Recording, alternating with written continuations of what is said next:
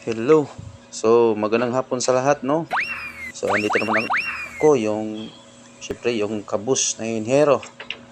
So, andito tayo para mapakita natin sa inyo na kung paano natin gagawin, i-check yung piping system natin na medyo manipis na or yung casing ng valve. So, may dala akong dito yung couplant para bilhin ay ang gamit ng couplant is lagyan natin yung tawag namin na thickness gauge or ultrasonic gauge. So lagyan natin ng konti para mag yung syempre kung kapag may coolant siya yung lubricant para mag.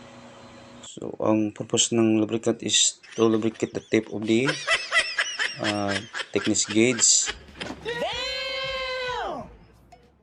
Sa lahat ng mga followers ko, so maraming salamat talaga sa pagtangkilik at pagsubaybay sa aking page na Enhero Kabus. So, lagyan natin ng couplant ulit para i-check natin yung thickness gauge. So, yun, makikita mo sa video,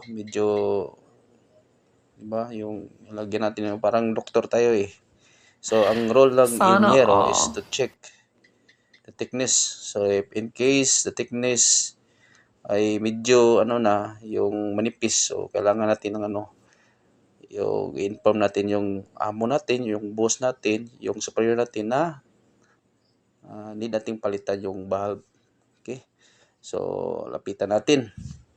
So, makikita mo yun sa ilalim, yun ang pinaka-critical na portion. So, dito yung steam na posible magli-leak kung sakali. So, may experience kami dati dito, siguro mga 2 years ago. So, may konting leak. So, ginawa namin is nilagyan namin ng plants para matakpan yung leak. Alright, maraming salamat sa panonood mo sa video. Okay, bye-bye.